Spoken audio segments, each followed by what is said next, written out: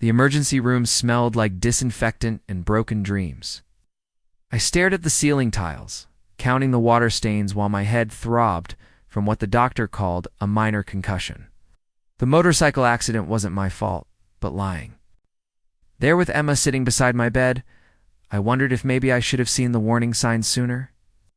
Before we jump back in, tell us where you're tuning in from. And if this story touches you, make sure you're subscribed, because tomorrow, I've saved something extra special for you. How are you feeling? Emma asked, her voice carrying that professional tone she used with difficult clients. Not the warm, sleepy voice I'd grown accustomed to over our 2 years together. I decided to test something. The doctor had mentioned possible short-term memory issues, though my mind felt perfectly clear. I'm sorry, I said, squinting at her like I was trying to focus. Do I know you? Emma's face went completely blank. For a moment that stretched too long, she just stared at me. Then, without missing a beat, she replied, We work together at Sterling Creative. I'm Emma Rodriguez, your colleague. Colleague. Not girlfriend. Not the person who'd been sharing my Pearl District loft for the past 8 months. Not the woman who'd cried in my arms 3 weeks ago when her presentation to the Nike team fell through. I watched her face carefully, looking for any crack in that professional mask. Nothing. She was as composed as if she were delivering a campaign pitch to a room full of executives. Oh, I managed, keeping my voice neutral. That's nice of you to visit a colleague. The company cares about its employees, she said, already reaching for her purse. I should probably head back to the office. We have the Morrison Hotel's presentation tomorrow. The thing about Portland is that it's small enough for everyone, to know everyone, but big enough for people to pretend they don't. Sterling Creative Agency occupied 3 floors of a glass tower downtown, and from my desk on the 15th floor, I could see Mount Hood on clear days. But in one of those days, the November rain painted streaks down the windows, matching my mood perfectly. Emma and I had started at Sterling Creative on the same day 2 years ago. Fresh out of Portland State with matching marketing degrees and completely different approaches to ambition, I believed in doing good work and letting it speak for itself. Emma believed in doing good work and making sure everyone knew about it, especially the people who mattered. We'd kept our relationship quiet at first because office romances were tricky territory. Emma insisted on it, actually. She said mixing personal and professional lives was a recipe for disaster. And I'd agreed because I was 24 and stupidly in love with a woman who could present a campaign strategy like she was painting the Sistine Chapel. The secrecy became easier to maintain as we both got promoted to account managers, running parallel teams that rarely intersected. Emma handled the big retail clients while I focused on tech startups and local businesses. We were good at what we did, good enough that Robert Sterling himself had mentioned us both in company meetings as examples of the new generation taking the agency forward.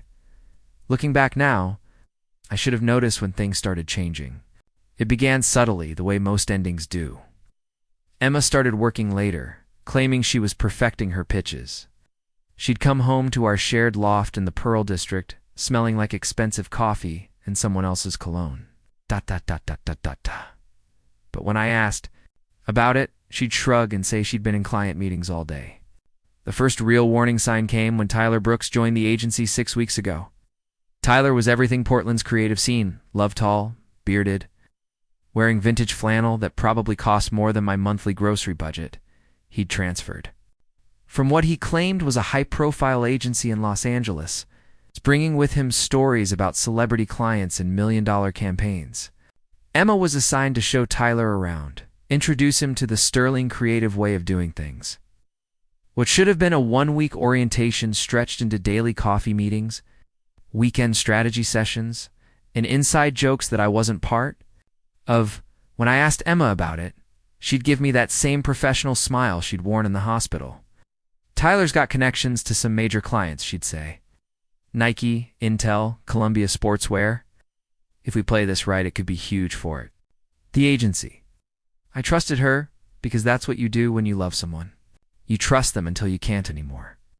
The breaking point came on a Thursday evening in October. I'd finished my presentation for a local brewery's rebranding campaign and decided to surprise Emma with dinner from her favorite Thai place on Hawthorne. The Sterling creative offices were mostly empty by 7 p.m., just the dedicated workaholics and people trying to impress the partners. I found Emma in the conference room with Tyler, but they weren't working on any presentation I recognized. Her laptop screen showed what looked like apartment listings, and Tyler was leaning close enough to her that their shoulders touched. Close enough that when she laughed at something he said, her hand naturally fell to his arm. They didn't see me standing in the doorway. I watched Emma's face light up in a way it hadn't for me in months. Watched Tyler brush a strand of hair behind her ear with the casual intimacy of someone who'd done it before. I backed away quietly, left the Thai food on the reception desk, and walked home through the rain. That night, Emma came home at almost midnight, claiming she'd been working late on the Morrison Hotel's account.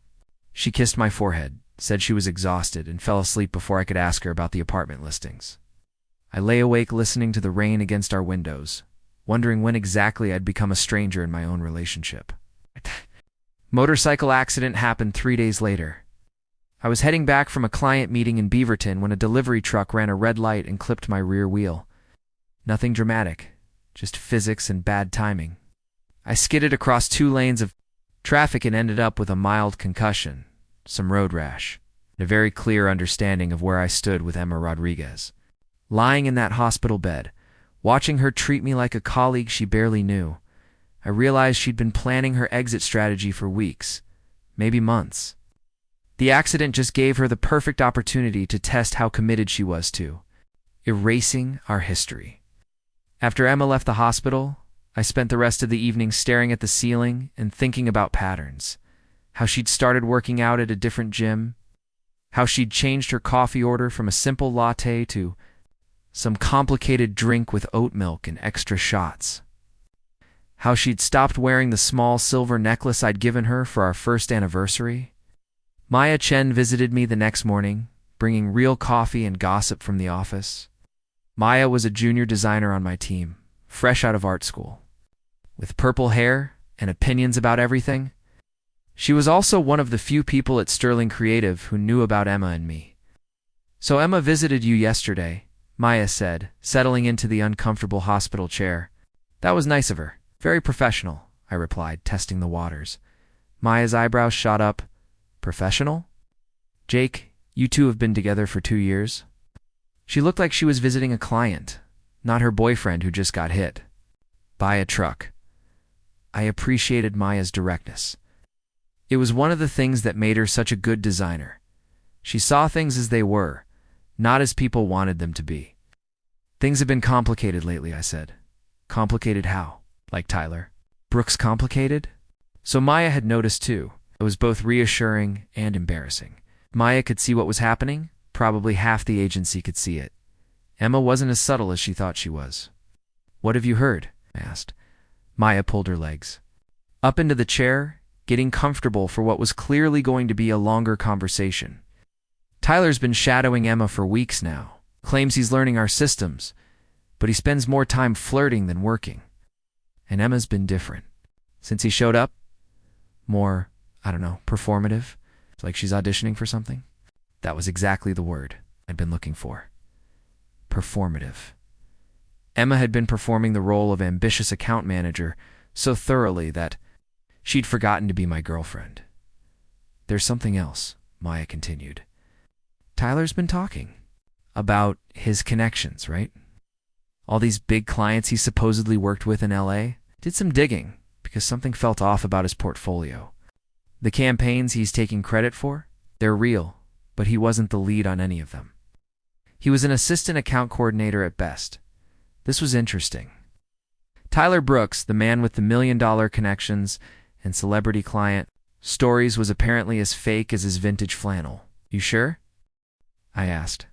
"I'm sure. I have friends at agencies in LA. Tyler Brooks was nobody special down there.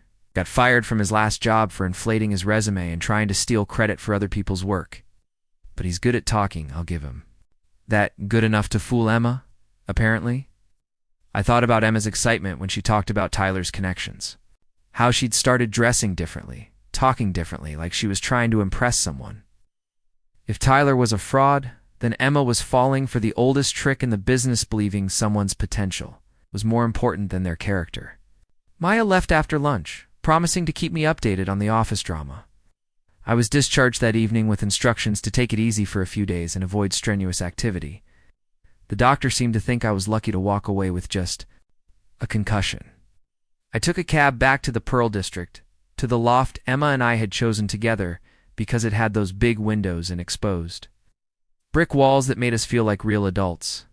Emma's car wasn't in our parking spot. Her gym bag was gone from the bedroom. Half her clothes were missing from the closet.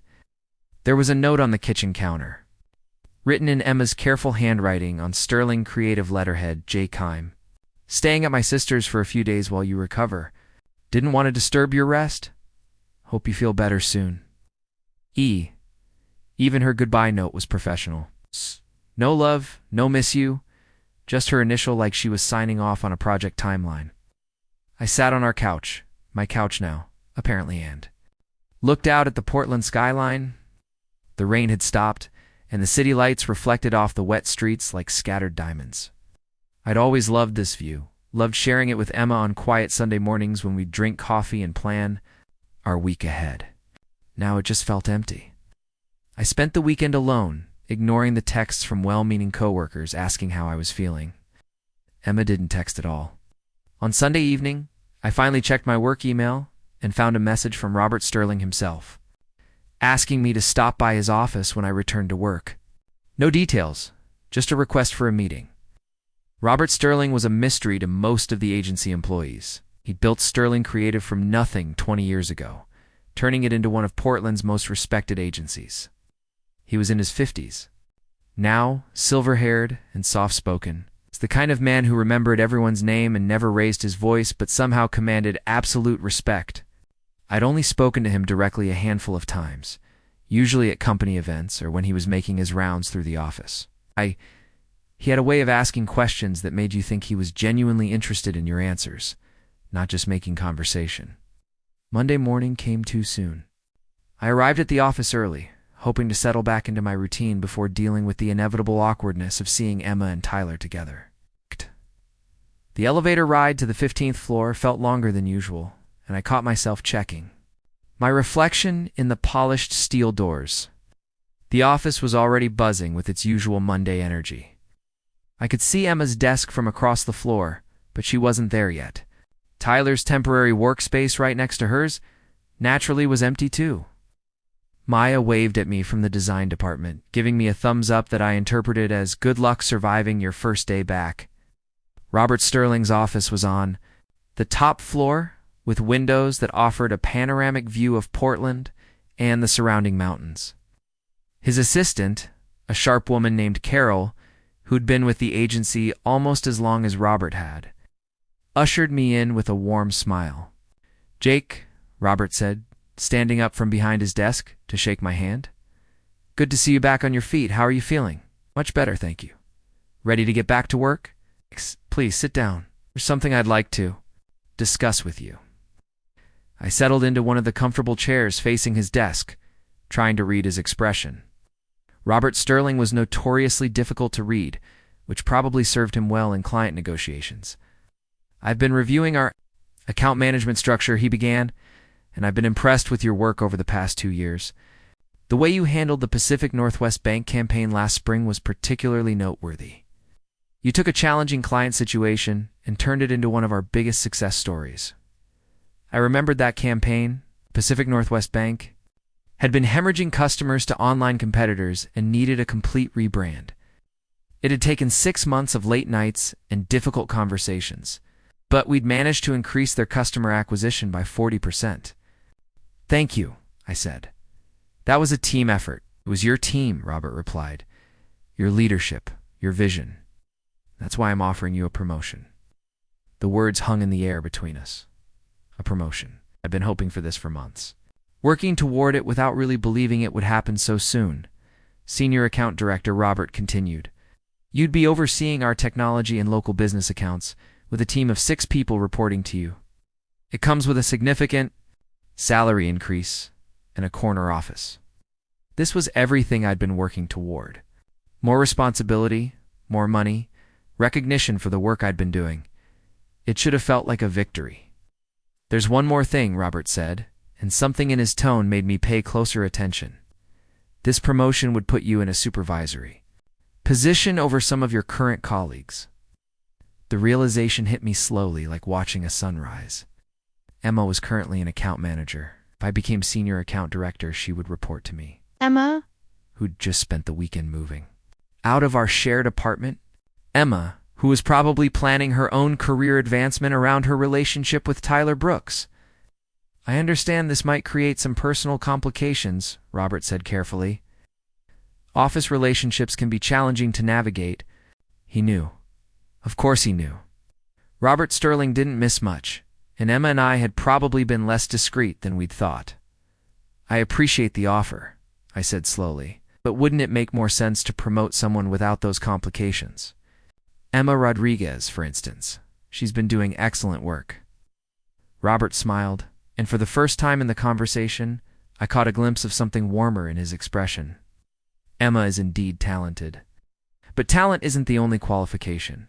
For leadership, you've shown consistency, integrity, and the ability to put the agency's interests ahead of your own. Those qualities are rarer than you might think. I thought about Emma's note, written on company letterhead like I was just another business contact. I thought about Tyler Brooks and his fabricated credentials. I thought about 2 years of believing that doing good work was enough, that love was enough, that honesty was enough. Maybe it was time to stop being so naive. I accept, I said. Hey. Robert Sterling's smile widened. Excellent. We'll announce the promotion at the staff meeting this afternoon. Your new office will be ready by tomorrow morning. As I left Robert's office, I felt like I was walking through someone else's life. In the span of 20 minutes, I'd gone from worried boyfriend to senior management. The elevator ride back to the 15th floor gave me time to process what had just happened, but also to realize that the real complications were just beginning. Emma was at her desk when I returned, typing intensely on her laptop. She looked up when she saw me, giving me that same professional smile from the hospital. "Jake," she said, "good to see you back. How are you feeling?" "Much better," I replied. "Actually, I have some news." Before I could continue, Tyler appeared at Emma's desk, carrying 2 coffee cups and wearing that practiced smile that Maya had taught me to see through. "Jake, right?" Tyler said, extending his hand. "Tyler Brooks." Properly introduced. "Sorry to hear about your accident." I shook his hand, noticing how he positioned himself slightly in front of Emma, like he was marking territory. Preparing and narrating this story took us a lot of time, so if you are enjoying it, subscribe to our channel. It means a lot to us. Now back to the story. "Nice to meet you, Tyler. I've heard a lot about your work." "All good things, I hope," Tyler said with a laugh. "Emma's been showing me the ropes here. Amazing what you can learn from someone with real talent." Emma blushed at the compliment, and I realized I was watching a performance. Tyler was good at this, making Emma feel special, making her believe she was part of something bigger. It was probably the same routine he'd used at his previous agencies before getting fired for being a fraud. "Actually," I said, looking directly at Emma, "I should probably tell you both about my news. I just met with Robert Sterling. I've been promoted to senior account director." Emma's professional smile faltered for just a moment. Congratulations. That's wonderful news." Tyler's expression was harder to read, but I caught a flicker of something that might have been concern. If he'd been counting on Emma's influence to advance his own position, having her report to her ex-boyfriend was definitely going to complicate his plans. "What does that mean exactly?" Tyler asked. "It means I'll be overseeing all the technology and local business accounts," I said. With a team of 6 account managers reporting to me, I didn't need to spell out that Emma would be one of those. 6. We all understood the implications. "Well," Emma said, recovering her composure, "I'm sure you'll do great in the new role." "Thanks," I replied. "I'm looking forward to working with everyone." The staff meeting that afternoon was surreal. Robert Sterling announced my promotion to a room full of colleagues who were trying to hide their surprise. Maya gave me an enthusiastic thumbs up.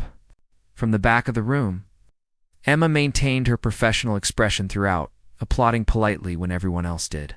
Tyler didn't applaud at all. After the meeting, I cleaned out my old desk and prepared to move to my new corner office. It had windows facing west toward the mountains, and I could see all the way to Mount Hood on this clear afternoon. The space felt too big, too important, like I was wearing a suit that didn't quite fit. Maya helped me carry my boxers, chattering excitedly about the promotion and what it meant for the team.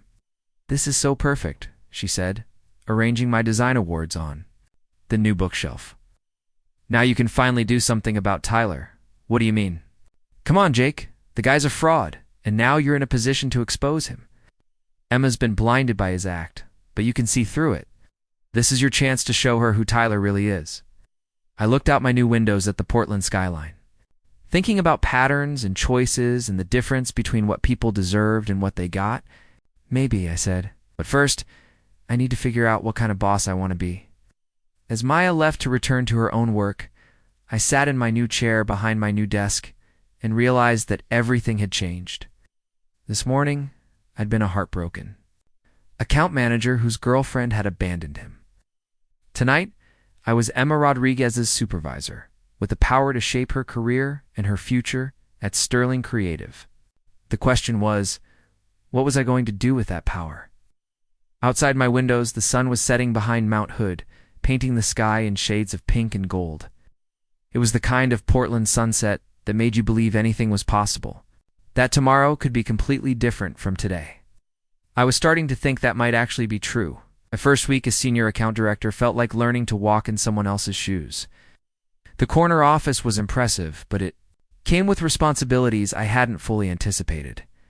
6 account managers now reported to me, including Emma, and each of them had their own clients, their own problems, and their own expectations of what kind of leader I would be. I handled the transition with the same professional grace she'd shown at the hospital. She attended my team meetings, responded to my emails promptly, and treated me exactly like she would any other supervisor. If anyone at Sterling Creative suspected we had a personal history, they kept it to themselves. Emma's performance was flawless, which somehow made it worse. Tyler, on the other hand, was struggling to adapt to the new dynamic. He'd been counting on Emma's influence to fast-track his integration into the agency's major accounts. Now that Emma reported to me, and I clearly wasn't impressed by his Los Angeles stories, Tyler's position felt more precarious by the day. The breaking point came on a Friday afternoon during our weekly team review. I'd been going through each account manager's client roster, discussing upcoming projects and potential challenges. When I reached Emma's portion of the agenda, she presented her work with the same crisp efficiency she brought to everything else. "The Morrison Hotel's campaign is on track for Monday's presentation," she reported. "We've refined the messaging based on their feedback from the initial pitch, and Tyler has been assisting with the creative brief." I glanced at Tyler, who was sitting straighter in his chair than usual. "What's your take on the direction we're heading?" "Well," Tyler began, launching into what sounded like a rehearsed speech about brand positioning and market differentiation. The words were right, but something about his delivery felt hollow. He was trying too hard to sound like the expert he claimed to be.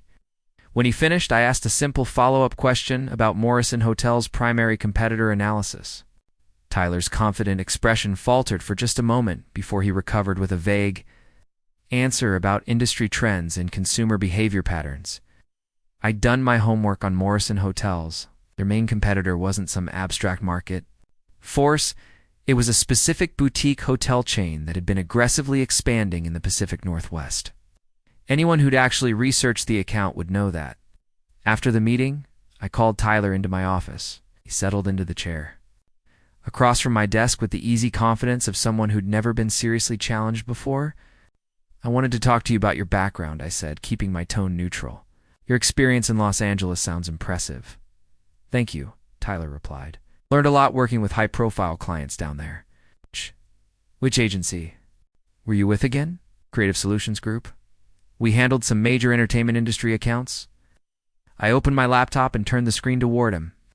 Maya's research had been thorough. Creative Solutions Group's website showed their recent campaign work, including detailed case studies and team credits.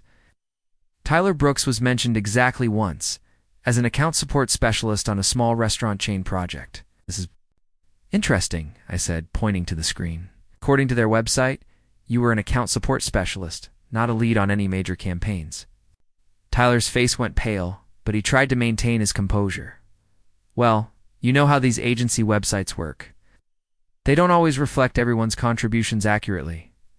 Really? Because I called their HR department yesterday, they confirmed. You were terminated for falsifying your resume and attempting to take credit for a senior account manager's work.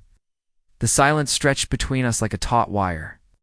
Tyler's carefully constructed facade was crumbling in real time, and I could see him calculating whether to double down on his lies or try a different approach. Look, he said finally, maybe I embellished some things, but that's just how this industry works. Everyone inflates their experience a little bit. There's a difference between highlighting your strengths and committing fraud, I replied. You've been representing yourself as something you're not, and that reflects poorly on Sterling Creative. Tyler's desperation was becoming visible now. You can't fire me over this. Emma knows how valuable I am to the team. She'll vouch for me. The mention of Emma's name hung in the air between us. I realized this was about more than just Tyler's career prospects. He genuinely believed Emma would protect him, that the relationship gave him some kind of immunity. Emma reports to me now, I said quietly. And my job is to make decisions that are best for the agency and our clients. Tyler stood up abruptly, his chair scraping against the floor. This is personal, isn't it? You're threatened by me because of Emma. I looked at him across my desk, this man who'd built his entire persona on lies and stolen accomplishments. Tyler, you're not important enough for this to be personal.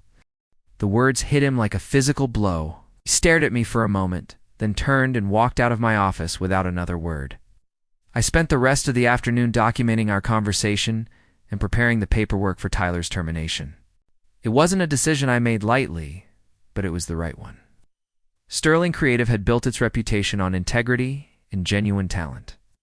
Tyler Brooks represented everything we stood against. Maya knocked on my door around 6 p.m. when most of the office had emptied out for the weekend, so I heard Tyler stormed out of here earlier looking like someone had kicked his dog. Something like that, I said, closing my laptop. How's the Morrison Hotel's creative coming along? Almost finished.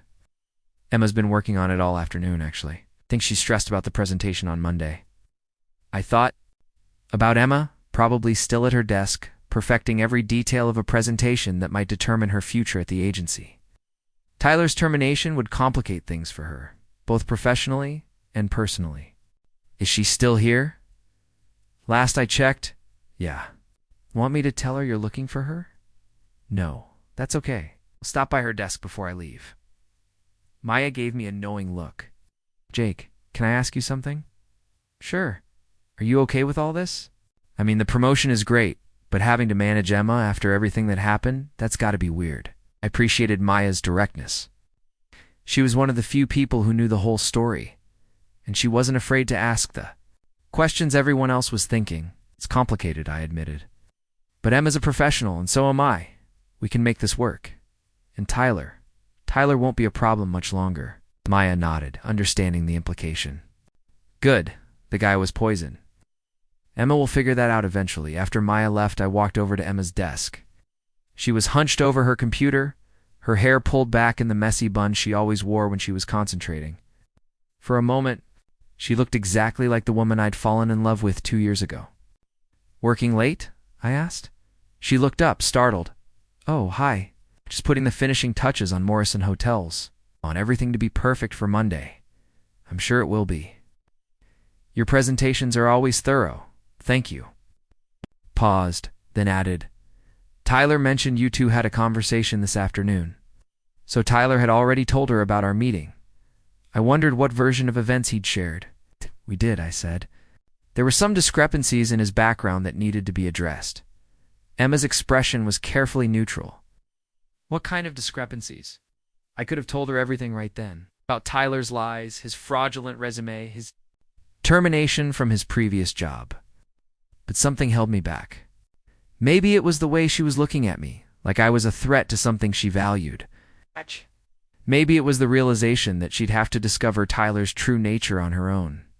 Personnel matters, I said. I can't really discuss the details. Emma nodded, but I could see the wheels turning behind her eyes. She was smart enough to read between the lines. Is Tyler in trouble? Emma, I said gently, Tyler can take care of himself. You should focus on your own work. Something flickered across her face then, a combination of frustration and something that might have been hurt. You know, Jake, just because you're my supervisor now doesn't mean you get to tell me how to manage my personal relationships. The words hung between us, the first acknowledgement either of us had made of our complicated situation. For a moment I saw past her professional mask to the woman who was trying to navigate an impossible position. You're right, I said. What? Personal life is your own business. I'm sorry if I overstepped. Emma's expression softened slightly. It's just... This is all really awkward, isn't it? Yeah, I admitted. It really is. We stood there in the quiet office, surrounded by the detritus of a typical Friday evening. Empty coffee cups, scattered papers, the faint glow of computer screens in the gathering darkness outside. For what it's worth, Emma said quietly, I think you'll be good at this job. You were always better at seeing the big picture than I was. It was the first genuine thing she'd said to me since the hospital, and it caught me off guard. Thank you, I said. That means a lot. Emma gathered her things, packing her laptop into the leather bag I'd given her last Christmas. Have a good weekend, Jake. You too. I watched her walk to the elevator, noting the slight slump of her shoulders that suggested she was carrying more weight than she wanted to admit. When the elevator doors closed, I was alone in the office with my thoughts and the growing certainty that everything was about to get much more complicated. On Monday morning, I arrived early to find Tyler's desk cleared out. He'd apparently come in over the weekend to collect his belongings, leaving behind only a brief resignation letter that cited creative differences and new opportunities. It was probably for the best.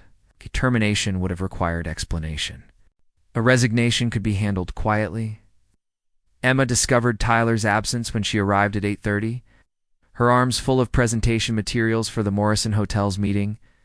I watched from my office as she stood at Tyler's empty desk, confusion evident on her face. She knocked on my door a few minutes later. Tyler's gone.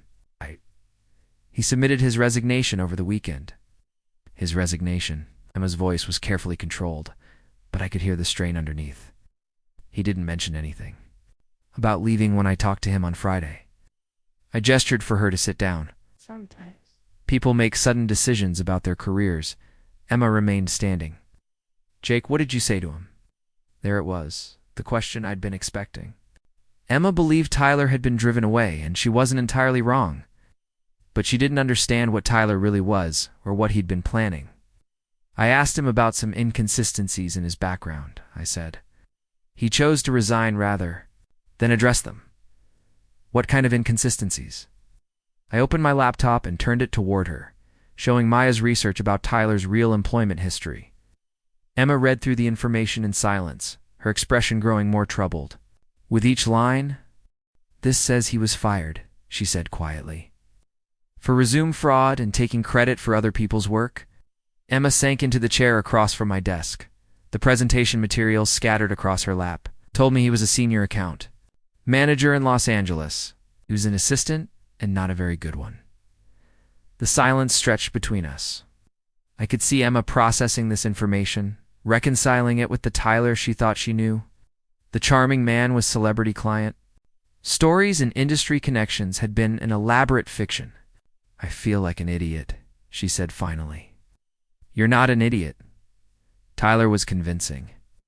That's probably how he survived this long in the industry. Emma looked up at me, and for the first time since the hospital, I saw something vulnerable in her expression. Did you know? When you met him, did you know he was lying? I thought about how to answer that question honestly. I suspected something was off, but I didn't have proof until Maya did some research. Maya knew. Maya's good at spotting inconsistencies. It's part of what makes her a good designer. Emma laughed, but there was no humor in it, so everyone could see through him except me.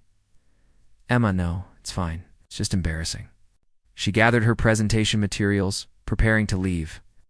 I should get ready for the Morrison meeting. Are you going to be okay to present today? She stood up, straightening her shoulders in a gesture I recognized from our college days. Emma Rodriguez didn't stay down long. I'll be fine. The work speaks for itself, regardless of who helped with the creative brief. After she left, I sat in my office, thinking about patterns and choices. Tyler's departure would create ripple effects throughout the agency.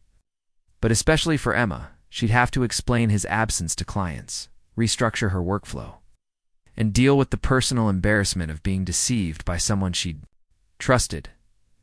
The Morrison Hotel's presentation went well, from what I heard. Emma delivered it with her usual professionalism, and the client approved the campaign with only minor revisions. But I could see the strain in her face when she returned to the office that afternoon. That evening, as I was preparing to leave, I noticed Emma was still at her desk. She'd been working steadily all day, throwing herself into her projects with the focused intensity she always showed when she was upset. I walked over to her desk, carrying 2 cups of coffee from the break room. "Thought you might need this." She looked up, surprised. "Thank you." I handed her the coffee and noticed she'd changed her order back to a simple latte. No oat milk, no extra shots. It's the drink she'd been ordering since college. "How did the client debrief go?" I asked. "Good, they're excited about the campaign." "Direction." She paused, then added, "I restructured the creative brief to focus more on local market research. Actually works better without Tyler's input." "That's great. The Morrison account is important for the agency." Emma nodded, wrapping her hands around the coffee cup. "Jake, can I ask you something?" "Of course. When you promoted me to account manager 2 years ago, was it because you believed in my work, or because we were dating?" The question caught me off guard. I'd never been involved in Emma's promotion. That decision had been made by my predecessor. "I didn't promote you," I said. "That was Sarah Mitchell's decision before she left for the agency in Seattle. But you could have influenced it." "Emma, you earned that promotion on your own merit. Pacific Northwest Bank campaign, the Portland International Airport. Rebrand, the work you did with the tech startups, that was all you." She looked at me with something that might have been gratitude. I needed to hear that. "Why?" "Because Tyler made me think." She trailed off, shaking her head. "Never. Mind, it doesn't matter what Tyler made me think." But I could guess. Tyler had probably convinced her that her success was due to external factors: her relationship with me, her looks, her ability to charm clients. It was a classic manipulation tactic, designed to make someone dependent on the manipulator's validation. "Emma," I said, "you're one of the most talented account managers I've ever worked with. That has nothing to do with our personal history." She smiled then, the first genuine smile I'd seen from her in weeks. "Thank you, Jake. I think I needed to hear that too." As I walked back to my office, I realized something had shifted between us. Not back to what we'd been before, but towards something new. Something that might eventually be called friendship, if we were both careful enough to build it properly. The rest of the week passed quietly. Emma threw herself into her work.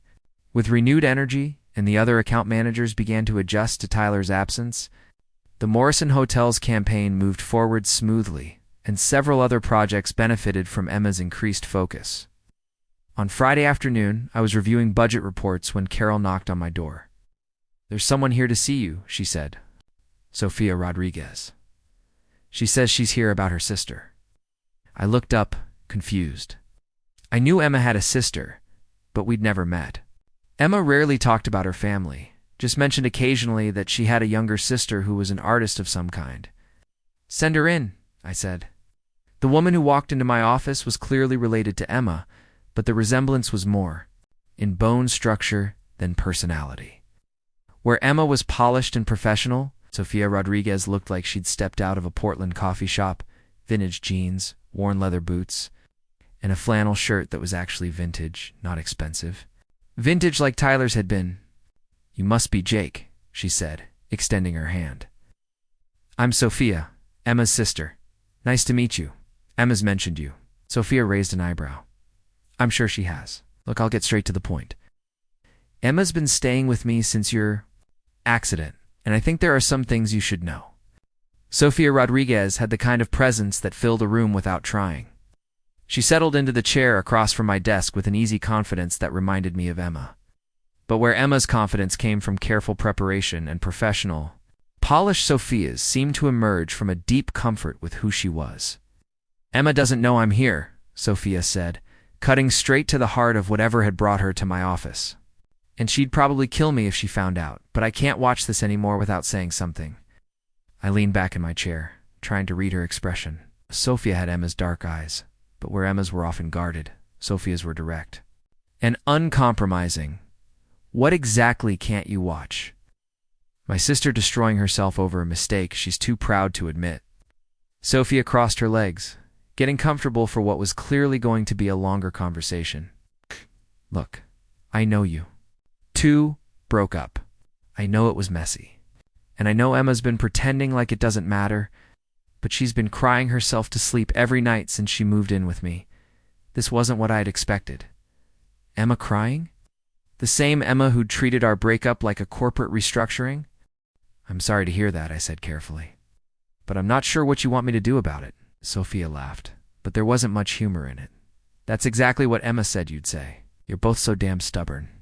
She leaned forward, her expression growing more serious. Jake, can I tell you something about my sister? I nodded.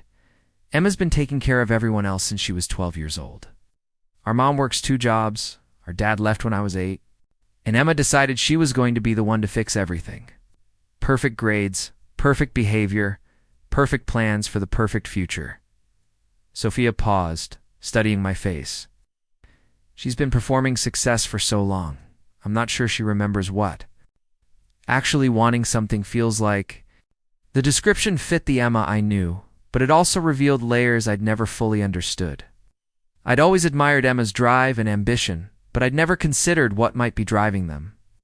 When she started dating you in college, Sophia continued, it was the first time I'd seen her just be happy. Not achieving something or fixing something or proving something. Just happy. She smiled slightly. She used to call me and talk about you for hours. Boring stuff, you know?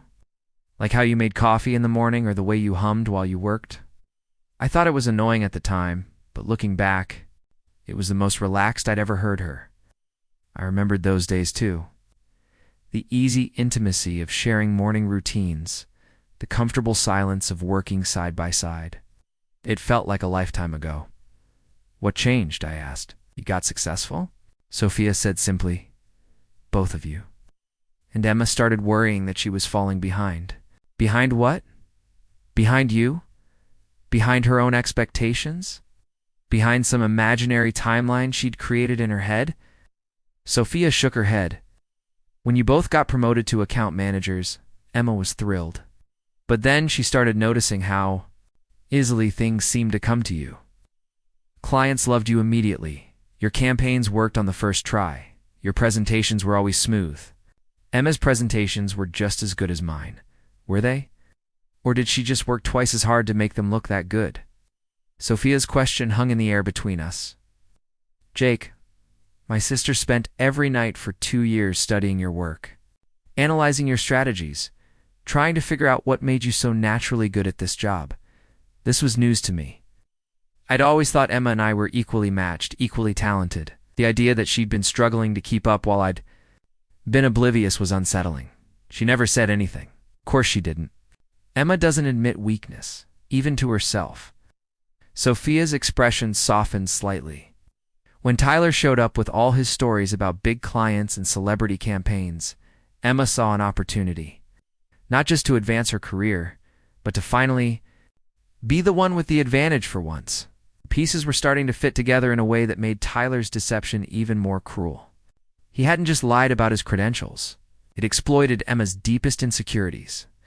She fell for his act because she wanted to believe it, I said. She fell for his act because she was desperate, Sophia corrected. Emma's been so focused on competing with you that she forgot you two were supposed to be on the same team. I thought about the past few months, reviewing Emma's behavior through this new lens. Her working late, her distance, her professional coldness, it all made more sense now. She hadn't been pulling away because she'd stopped caring. She'd been pulling away because she'd been terrified of falling behind. Why are you telling me this? I asked. Sophia was quiet for a moment, looking out my office windows at the Portland skyline, because Tyler's gone, and Emma's finally starting to see what she gave up. But she's convinced herself that she burned the bridge completely, that there's no way back to any kind of relationship with you. Maybe there isn't. Maybe. But maybe there is. Sophia turned back to me, her expression serious. Look, I'm not here to play matchmaker. Emma made her choices, and she has to live with the consequences. But I am here to tell you that the woman who treated you like a stranger in that hospital room, that wasn't really my sister. That was someone who was so scared of being vulnerable that she turned herself into a robot. I appreciated Sophia's honesty, but it didn't change the fundamental facts. Emma had chosen Tyler over me, chosen ambition over love, chosen to end our relationship when she thought it was convenient.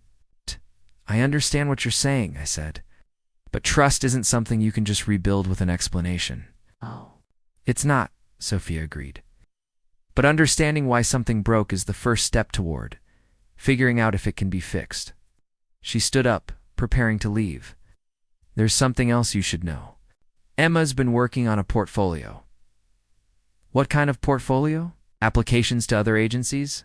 She's convinced that working for you is too awkward, too complicated. She thinks the best thing she can do is start over somewhere else. This was the first I'd heard of Emma looking for another job. As her supervisor, I should have been informed if she was considering leaving the agency. Has she given notice? Not yet. But she's close. Sophia paused at the door. Jake, I know my sister hurt you. I know she made terrible choices. Losing her job, on top of everything else? I'm worried about what that would do to her. After Sophia left, I sat in my office watching the afternoon light fade over Portland. The conversation had reframed everything I thought I understood. About the past few months, Emma's betrayal felt different when viewed through the lens of desperation rather than callousness. That didn't excuse what she'd done, but it made it more human. I was still processing Sophia's visit when Maya knocked on my door around 6 p.m. She had that expression she got when she'd discovered something interesting in her design research. Jake, do you have a minute? Found something weird about the Morrison Hotels account. What kind of weird? Maya settled into the chair Sophia had vacated, pulling out her laptop. Ow! I was working on the social media graphics for their campaign. Launch and I decided to do some background research on their previous marketing efforts. Look at this. She turned her screen toward me, showing Morrison Hotel's website and social media presence from 6 months ago. The design aesthetic was completely different from their current branding, more modern or sophisticated, clearly the work of a professional agency. This previous campaign is really good, I said. Professional level work. Right, so I did some digging to see which agency had handled it. Maya clicked through several screens of research. Guess who was the lead designer on Morrison Hotel's previous rebrand? I had a sinking feeling I knew where this was going. Tyler Brooks. Nope, Sofia Rodriguez. The name hit me like a physical impact. Emma's sister had worked on Morrison Hotel's previous campaign, which meant Emma's current assignment wasn't a coincidence. Are you sure? Maya showed me the design credit buried in Morrison Hotel's press materials. Sofia Rodriguez, freelance creative director. The campaign launched 8 months ago and was apparently very successful. Increased their bookings by 30%. I stared at the screen, trying to process this information. Sophia had been in my office an hour ago, talking about Emma's insecurities and Tyler's deception. But she'd failed to mention that she had a professional connection to one of Emma's biggest accounts. There's more, Maya said. I found Sophia's portfolio website. Jake, she's incredibly talented. Like, legitimately amazing. Her client list includes Nike, Intel, and 3 other Morrison Hotels properties. This was the connection Tyler had been claiming to have. Not celebrity clients in Los Angeles, but a freelance designer in Portland who actually had worked with major brands. So when Tyler said he had connections to Morrison Hotels, he was probably talking about Sophia. I bet he found out about her work somehow and figured he could use it to impress Emma. Maya closed her laptop, looking troubled. The really messed up part is that Emma probably could have gotten Sophia's help legitimately if Tyler hadn't been lying about everything. After Maya left, I sat alone in my office trying to piece together the full picture. Tyler had somehow discovered Sophia's connection to Morrison Hotels and used it to support his fabricated credentials. Emma had fallen for his act partly because she was desperate for an advantage, any advantage that might help her compete. But Sophia clearly had the professional relationships and creative talent that Tyler had been pretending to possess. Emma had simply asked her sister for help instead of trusting a fraudulent stranger. The whole situation could have been avoided. The irony was almost painful. Emma had been so focused on competing with me that she'd overlooked the resources and support that were already available to her. I was still processing this revelation when my phone buzzed with a text from an unknown number. "This is Sophia. We should talk more. Coffee tomorrow? Stumptown on Division at 2 p.m.? I stared at the message for a long moment. Sophia Rodriguez was clearly more complex than she'd initially appeared. She wasn't just Emma's concerned sister. She was a successful creative professional. With her own agenda, her visit to my office was starting to feel less like family concern and more like a business proposition. But I was curious enough to want to hear what she had to say. I texted back, "See you there." The next morning brought unexpected complications. Emma submitted a formal request for a meeting with me and Robert Sterling, which usually indicated either a major client issue or a personnel matter. Given Sophia's warning about Emma's job search, I suspected I knew what this was about. The meeting was scheduled for 10 a.m. in Robert's office. I arrived a few minutes early to find Emma already there, sitting across from Robert's desk with a folder of documents in her lap. She was wearing the navy blue suit she reserved for important presentations, and her expression was carefully composed. "Jake," Robert said as I entered, "Emma has something she'd like to discuss with both of us." I took the chair next to Emma, noting the subtle tension in her posture. Whatever she was about to say, it was clearly difficult for her. "I wanted to inform you both that I'm considering a position with another agency," Emma said, her voice steady and professional. "Patterson Creative has offered me a senior account manager position with a focus on hospitality clients." Patterson Creative was Sterling's main competitor in Portland. Known for aggressive recruitment tactics and slightly questionable business practices, they'd been trying to poach Sterling employees for years. "That's quite an opportunity," Robert said carefully. "Can I ask what prompted you to explore other options?" Emma glanced at me briefly before answering. "I feel like my current situation at Sterling has become complicated. I think a fresh start would be beneficial for everyone involved." The understatement was almost amusing. Our situation wasn't complicated. It was a mess of professional ethics, personal history, and unresolved emotions. "Emma," I said, "if there are issues with our working relationship that need to be addressed, we should discuss them directly." "I don't think that's the problem," she replied. "I think the problem is that there's no way for us to have a purely professional relationship given our history." Robert looked between us with the expression of someone who was beginning to understand the fuller context of the situation. "I see," he said quietly. "And you feel that leaving Sterling is the best solution?" "I think it's the cleanest solution," Emma said. "For everyone." I found myself thinking about Sophia's visit, about Emma's portfolio applications, about the deeper insecurities that had driven her to Tyler in the first place. Emma was running again, just like she'd run from our relationship when it became inconvenient. "What does Patterson Creative know about your work on Morrison Hotels?" I asked. Emma's composed expression flickered slightly. "They're familiar with my portfolio, including Sophia's contributions to the previous Morrison campaign." The question hit its mark. Emma's professional mask slipped for just a moment, revealing surprise and something that might have been guilt. "I don't understand what you mean," she said carefully. "Your sister designed Morrison Hotel's previous rebrand, successful one, that increased their bookings by 30%.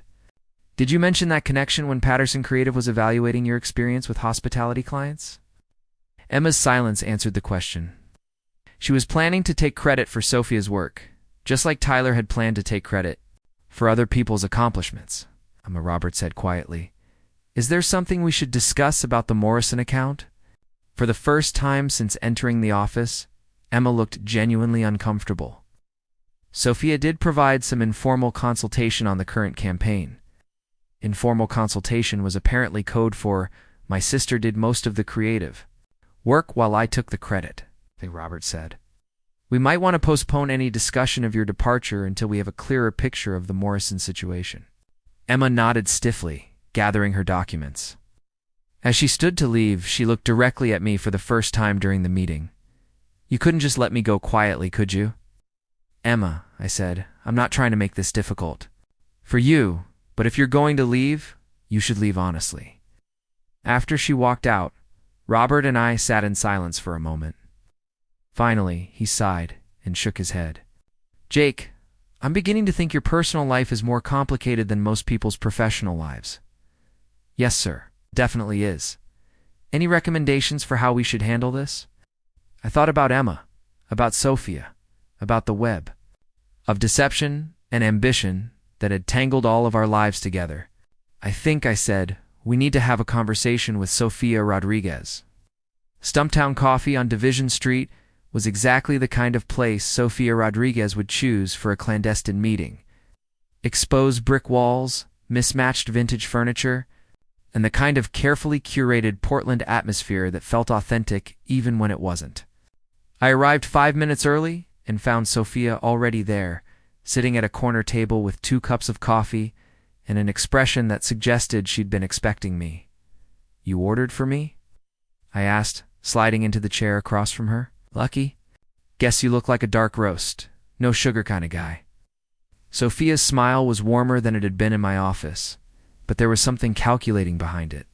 Thanks for coming. I took a sip of the coffee. She'd guessed correctly. Your timing is interesting. Emma just tried to quit this morning. Did she? Sophia didn't look surprised. How did that go? About as well as you'd expect, considering we discovered that you've been doing most of the creative work on her. Biggest account. Sophia's expression didn't change, but I caught a flicker of something that might have been amusement. What? Emma told you about our collaboration? Emma called it informal consultation. I called it what it actually was. And what do you think it actually was? I leaned back in my chair, studying Sophia's face. She was playing some kind of game, but I wasn't sure what the rules were yet. I think you've been helping your sister maintain her reputation while she was busy being deceived by Tyler Brooks. The question is why. Sophia wrapped her hands around her coffee cup, considering her answer. Have you ever had a sibling, Jake? No. Then you might not understand what it's like to watch someone you love sabotage themselves repeatedly. Sophia's voice carried a note of frustration that sounded genuine. Emma's been struggling since Tyler showed up, but she was too proud to ask for help, so I offered it. Without telling her you'd worked on Morrison Hotels before? Knew? She just didn't want to admit that she needed my help to compete with someone who turned out to be a complete fraud. The admission hung between us, confirming what I'd already suspected. Emma had known about Sophia's previous work with Morrison Hotels, which meant her current campaign wasn't just collaboration, it was Sophia carrying Emma's professional reputation. So when Patterson Creative offered Emma a position based on her hospitality experience, they were really offering her a position based on my hospitality experience, Sophia finished. No. Which is why I'm sitting here with you instead of letting my sister make another catastrophic mistake. I was beginning to understand Sophia's angle. She wasn't just concerned about Emma's emotional well-being. She was protecting her own professional reputation. What do you want from me? Sophia's smile returned, but it was sharper now. I want you to offer me a job. The directness of the request caught me off guard. Excuse me?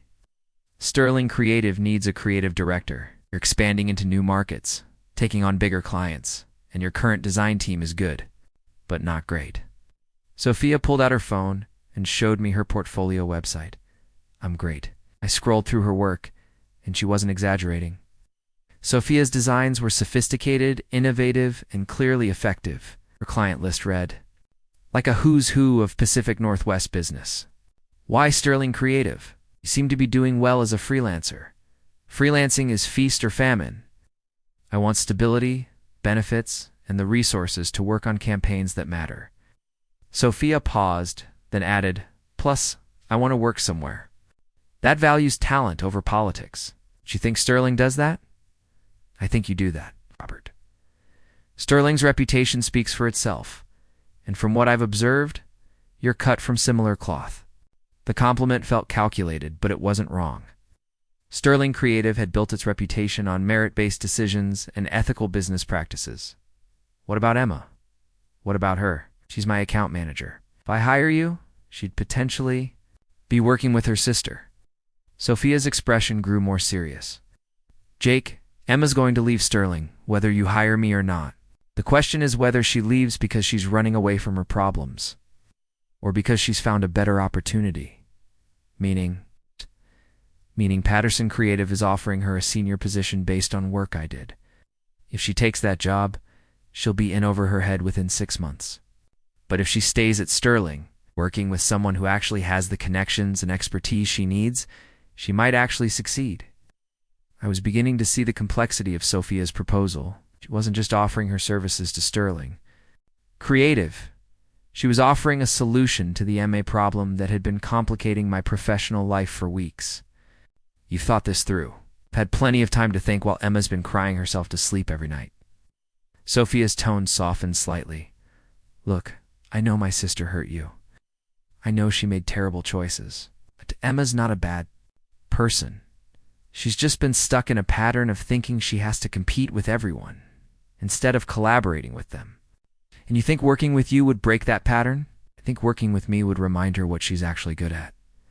Emma's strength isn't creative work.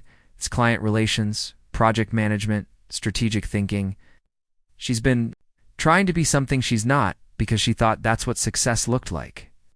Sophia was describing a version of Emma I recognized from our early days together. Before the competition, before Tyler, before the pressure to prove herself, had turned her into someone I didn't recognize. There's something else, Sophia continued.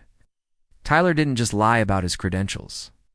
He also stole some of my preliminary concepts for the Morrison campaign and presented them to Emma as his own ideas. This was a new piece of information, and it reframed Tyler's deception in an even more serious light. Do you have proof of that?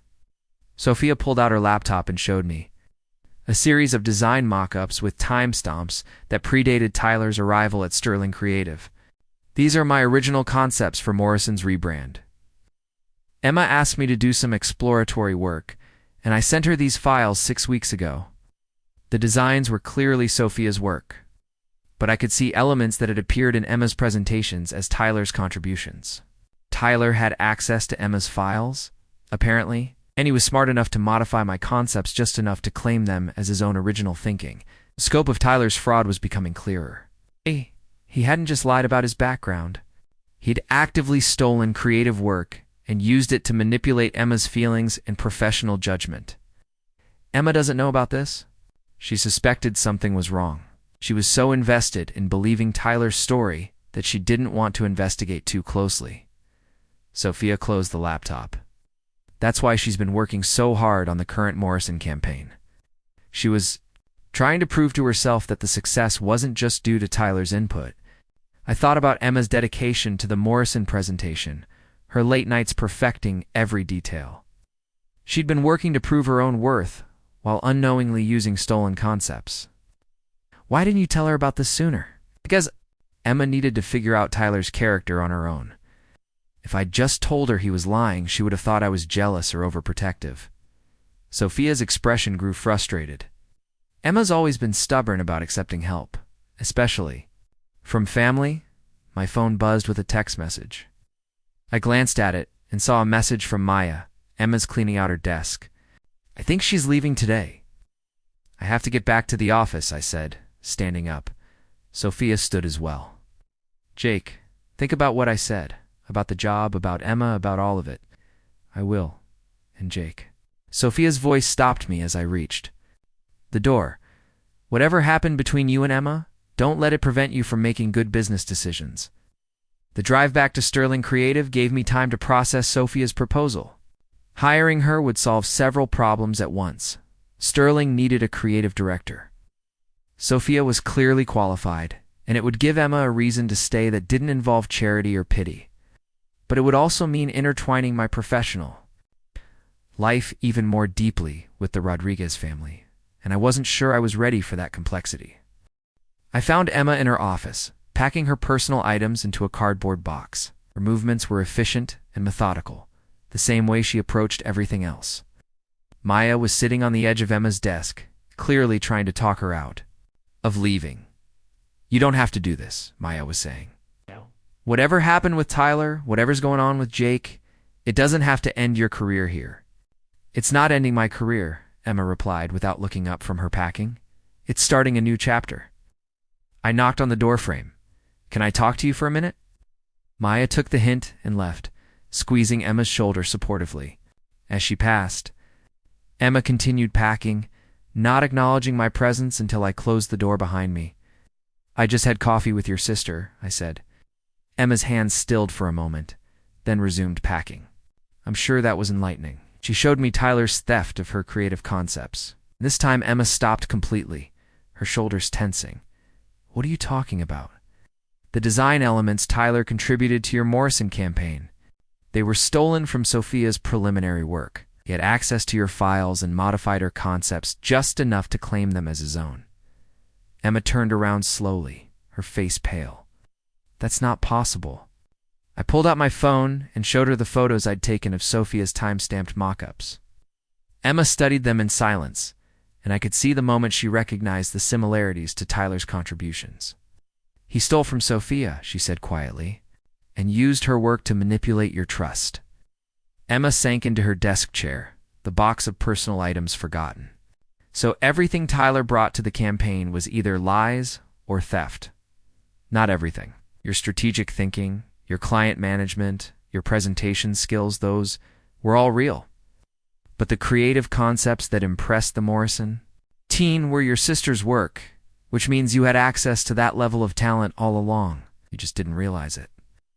Emma was quiet for a long moment, processing this information. Sophia could have told me about Tyler's theft. She wanted you to see through him on your own. Why? Because she loves you enough to let you make your own mistakes, even when they're painful to watch. Emma laughed, but there was no humor in it. So I've been an idiot on multiple levels. You've been human. Tyler was convincing, and he exploited your professional insecurities very skillfully. My professional insecurities, Emma repeated. Is that what we're calling them? I thought about Sophia's explanation of Emma's struggles, her desperate need to compete rather than collaborate. Emma, you don't have to prove anything to anyone. You're talented, hardworking, and capable. You always have been. What? I throw away everything that mattered for someone like Tyler.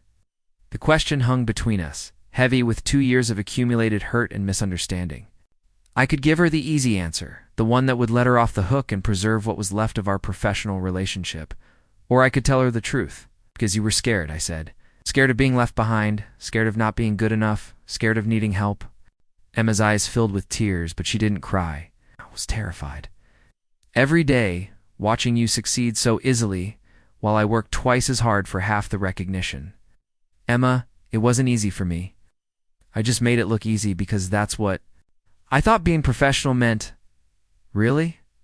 Really? Do you think I enjoyed competing with the woman I loved? Do you think I wanted our relationship to become a scoreboard? Emma was quiet for a moment. I never thought about it from your perspective. And I never understood the pressure you were putting on yourself. Maybe if we talked about it instead of pretending everything was fine, maybe we would have saved ourselves a lot of pain, Emma finished. We sat in silence, two people who had loved each other, trying to understand where everything had gone wrong. Outside Emma's office window, Portland was settling into evening, the city lights beginning to twinkle in the growing darkness. So what happens now? Emma asked. Now you decide what you actually want, instead of what you think you should want. And if what I want is complicated, then we figure out how to handle complicated. Emma looked at the box of personal items on her desk, then back at me. Jake, if I stayed at Sterling, if I tried to rebuild things here, would you be willing to work with me? Really work with me? Not just manage me? I think I said, that might depend on whether you're willing to work with Sophia. Emma's eyebrows rose. Why? Because I'm thinking about offering her a job? 3 months later, I stood in the same conference room where Robert Sterling had first announced my promotion, watching Sofia Rodriguez present her creative strategy. For Sterling's biggest client acquisition in 5 years, the energy in the room was electric. Sophia commanded attention without demanding it. Her confidence born from genuine expertise rather than desperate performance. Emma sat at the conference table taking notes, her role as senior account manager perfectly complementing Sophia's creative vision. They worked together like they'd been professional partners for years, which in many ways they had been. The difference was that now Emma wasn't trying to compete with her sister's talent. She was leveraging it. The Nike campaign builds on authentic storytelling while positioning Portland as the epicenter of athletic innovation. Sophia was explaining to the room full of executives, we're not just selling shoes, we're selling the spirit of the city that created them. Robert Sterling nodded approvingly from his seat at the head of the table. At 62, he'd seen enough presentations to recognize genuine brilliance when it appeared in his conference room. Hiring Sophia had been one of the smartest decisions Sterling Creative had made in years. After the presentation, the Nike executives filed out, chattering excitedly about implementation timelines and budget allocations. It was the kind of energy that indicated a successful pitch, the kind that led to long-term partnerships and industry recognition.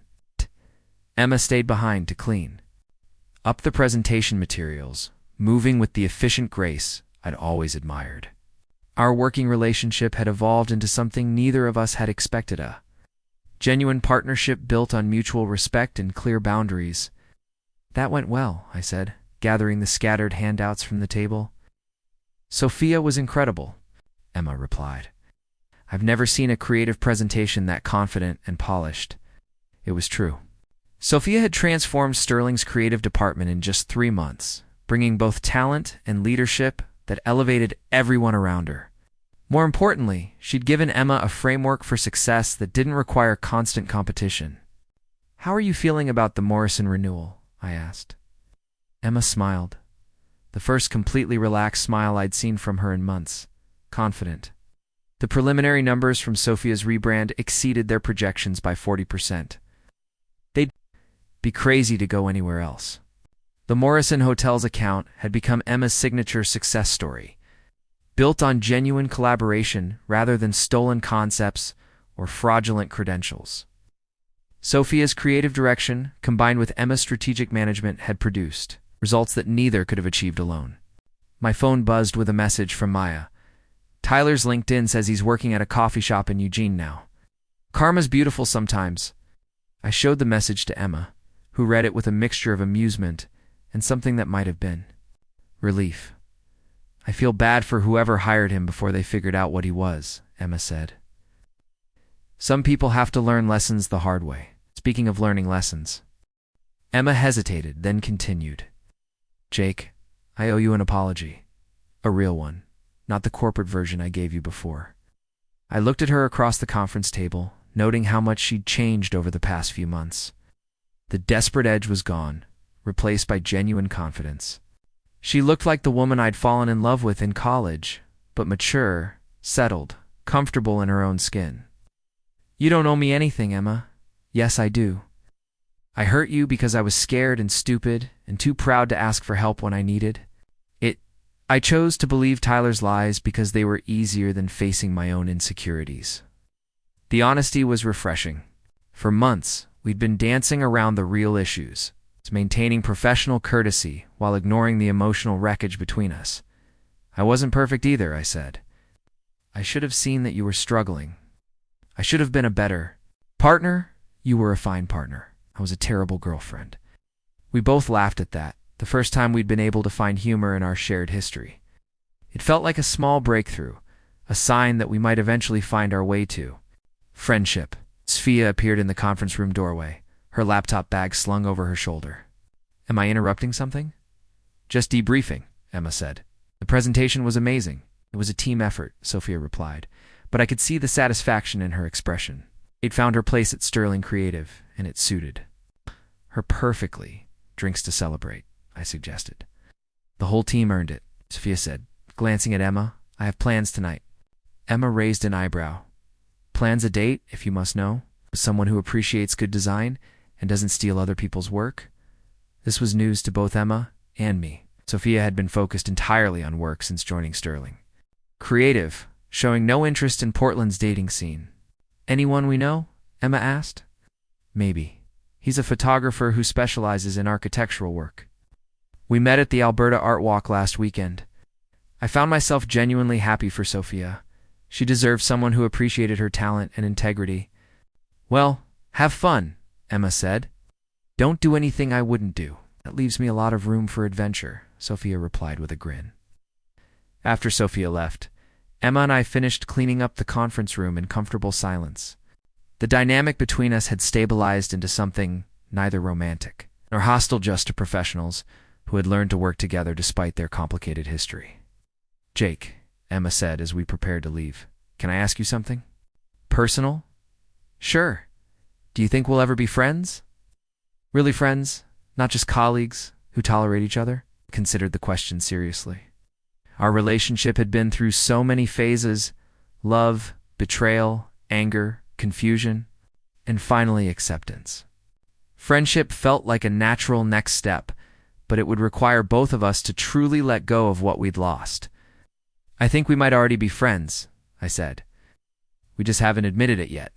Emma smiled. "I'd like that." 6 months later, Sterling. Creative won 3 industry awards for the Nike campaign.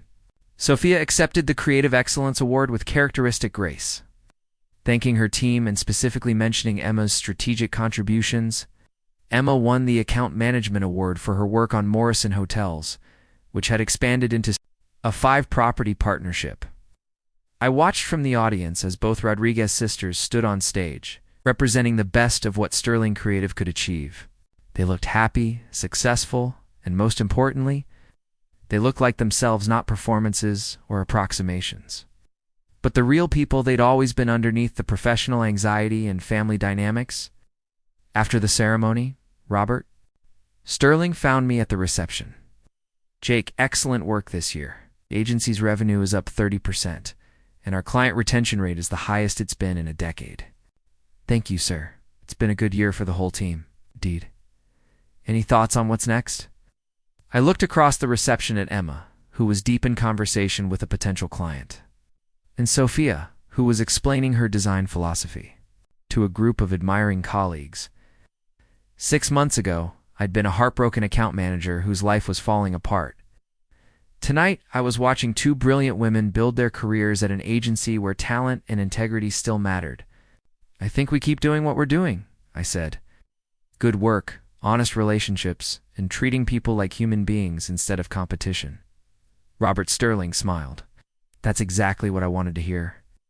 As the evening wound down, I found myself standing on the hotel terrace, looking out at the Portland skyline. The city lights reflected off the Willamette River, creating patterns that shifted and changed with the current. It struck me as a perfect metaphor for the past year everything. Flowing and changing, but somehow finding its way to where it needed to be. "Beautiful view," Sophia said, joining me at the railing. "It really is." "Thank you," she said simply. "For what?" "For taking a chance on me. For seeing past the family drama and recognizing what I could bring to Sterling. Thank you for saving my agency from mediocrity." Sophia laughed. "I'm always right about you. You really are impossible to dislike, even when someone's trying to." Emma said that. Among other things, she's proud of you, you know? Proud of how you handled everything. How you grew into the leadership role, how you treated her with dignity even when she didn't deserve it. I felt a warmth that had nothing to do with the evening air. I'm proud of her too, and of you. "We Rodriguez women are pretty amazing," Sophia said with mock seriousness. "Yes, you are." Emma appeared beside us, slightly breathless from networking. "Are you two having a moment without me?" "And discussing how amazing we are," Sophia added. Emma laughed, the sound carrying genuine joy. "Well, obviously." We stood together on the terrace, 3 people who had found their way through betrayal and confusion to something resembling peace. It wasn't the ending any of us had planned, but it was honest, and it was ours. The future stretched ahead, full of possibilities we couldn't have imagined a year ago. Emma had found her professional confidence. Sophia had found her place in Portland's creative community, and I had learned that sometimes the best revenge is simply building a better life. As the evening ended, and we prepared to return to our separate lives, I realized that Sophia had been right about one thing: people always want to reach higher. The difference was learning to climb together instead of tearing each other down. Up next, you've got 2 more standout stories right on your screen. If this one hit the mark, you won't want to pass these up. Just click and check them out.